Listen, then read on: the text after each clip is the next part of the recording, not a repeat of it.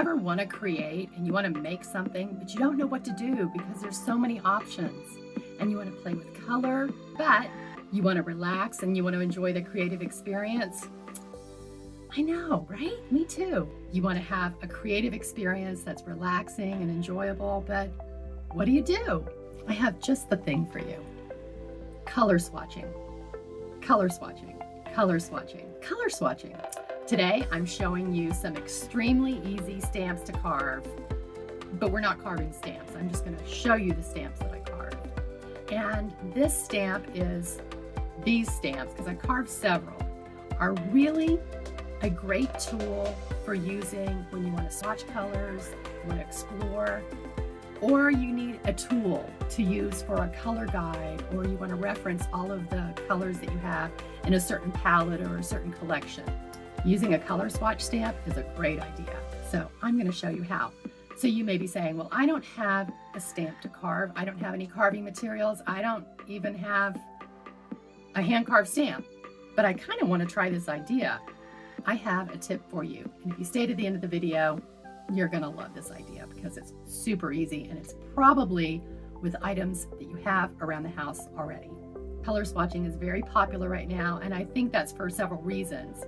It's very satisfying to explore color and move color around. It also provides a really great tool for referencing your colors in your palettes, in your different collections of your colorants. And if you're trying to build a color story or you want to discover different colorways, it's a great way to just explore color combinations and chronicle your colors. But if you don't like the idea of squaring off the spaces or taping them off or organizing them on your paper, this takes all the guesswork out of it for you, and it's a lot of fun. These stamps that I'm going to show you are going to give you one less thing to decide on or think about when you want to play with color.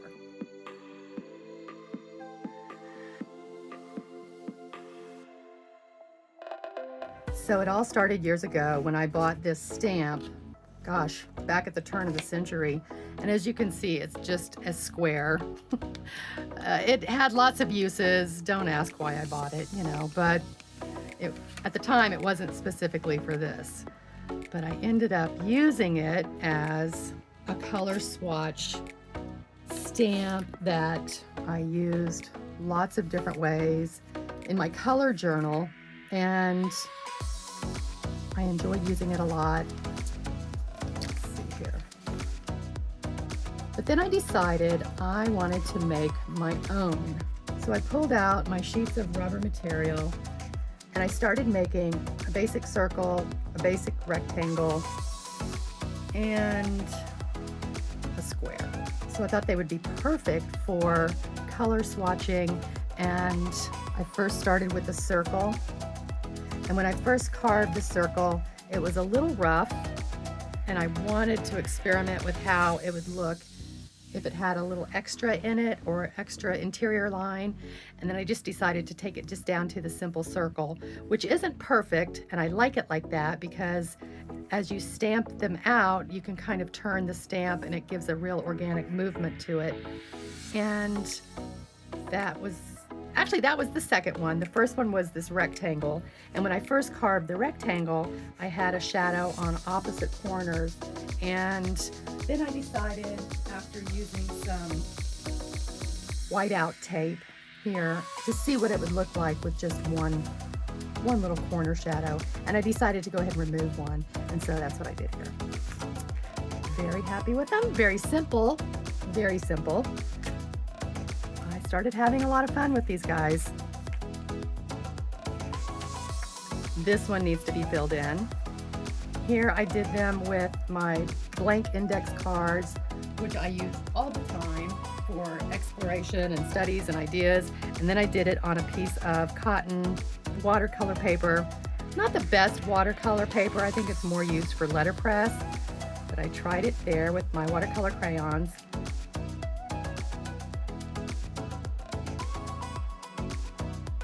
Here I have the rectangles stamped out, as I do on this page here, in gray ink. I like to use either gray or black ink when doing this. This collection of colors I stamped with the gray ink on marker paper, and then I would just blindly select colors of markers and just wait and see what the discovery of the color story was. And it was always so interesting because look at these. This was one section, and then down here, let's see. So it was like, that was one collection of colors, and then this was another collection of colors, and it tells a really good, interesting, unique, honest color story. I think it turned out really nice.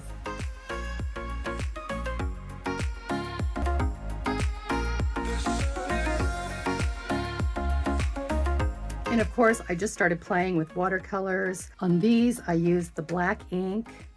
This ink won't run with watercolor, so you got to be careful with which inks you use.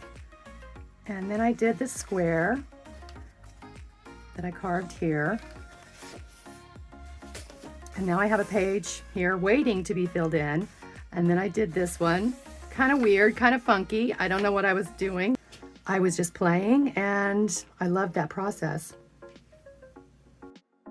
Now, of course, these got boring really fast. So I came up with some unique and fun ideas. I think these turned out awesome, and I have many more ideas on what I can do with these guys. But let me show you what I did here.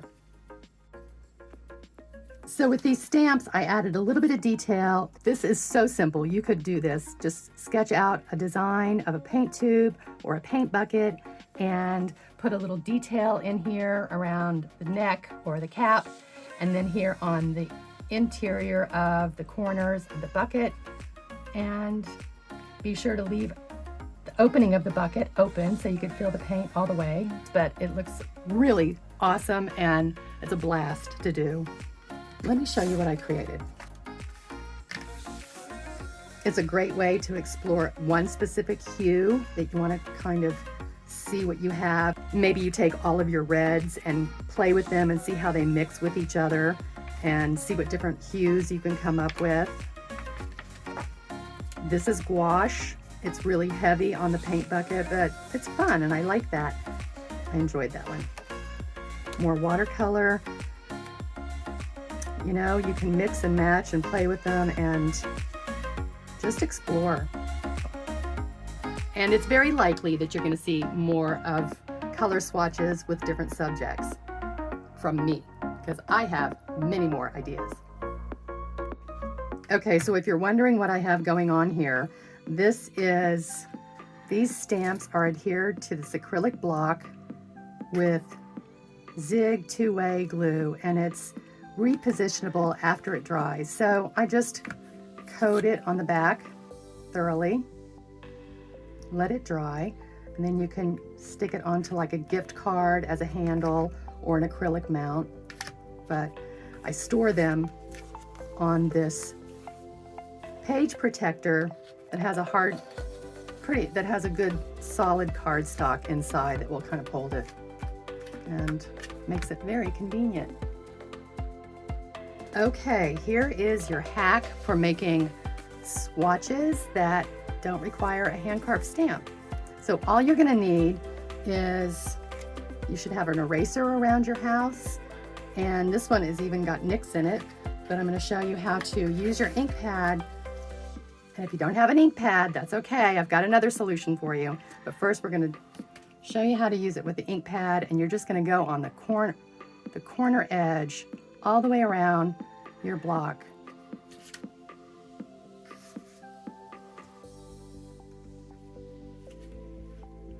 Super easy, and if it gets to be a little heavy on one side, that's okay. That, I got really carried away, so I'm going to clean my stamp off.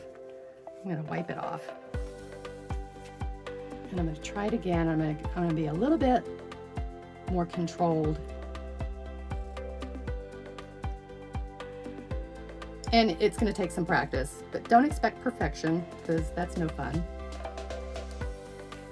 And you can see where there's a few divots taken out of the rubber material. That's okay, it adds interest in my world. Okay, so if you don't have an ink pad, you can use a marker. Let's move this out of the way. And you don't want to use any old marker. I would use a water-based marker. I would not use any sort of alcohol-based marker, only because by the time you get around to the fourth corner, you're going to be dry. The ink's going to be dry. This is a water brush marker. No, it's a Marby brush marker. You could use a Tombow, but just know if you use a water-based marker and then you try to do watercolor or any kind of wet medium on top on your swatch, it's gonna run. So here I stamped with water-based ink and I've put water on top, and you can see the black just releases. And the same with watercolor. So if you don't want that to happen, you can use a Posca pen.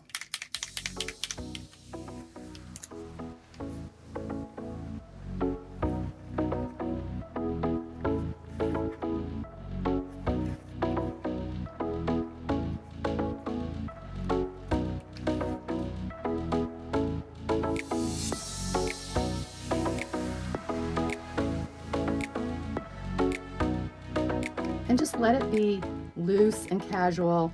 That's really casual. But don't make too big of a deal out of it, because you want to have fun. These are really bad. I'm rushing, but you can see that you can get a good quality. Okay, one last hack. Maybe the eraser you have isn't this sharp. Maybe the eraser you have isn't this clean cut, new, unblemished, whatever. And it maybe looks like this. Here you go, super easy. We can work with that too.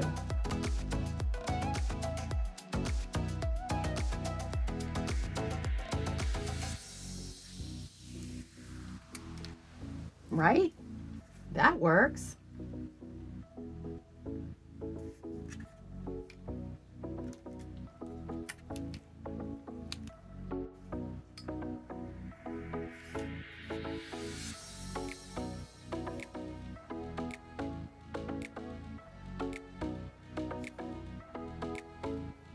Now this is just an index card, but you can still see how the black ink is not bleeding into the paint.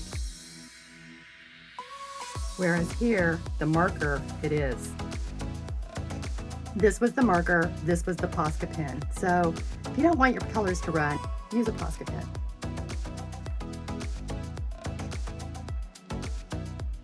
That's it for today. I hope you're inspired to pull out some stamps or anything, swatch some colors, explore, and have a good time creating without thinking too much about it. This is YouTube. You know what to do. If you want to see more of my videos, you know how this goes. And I will see you in the next video.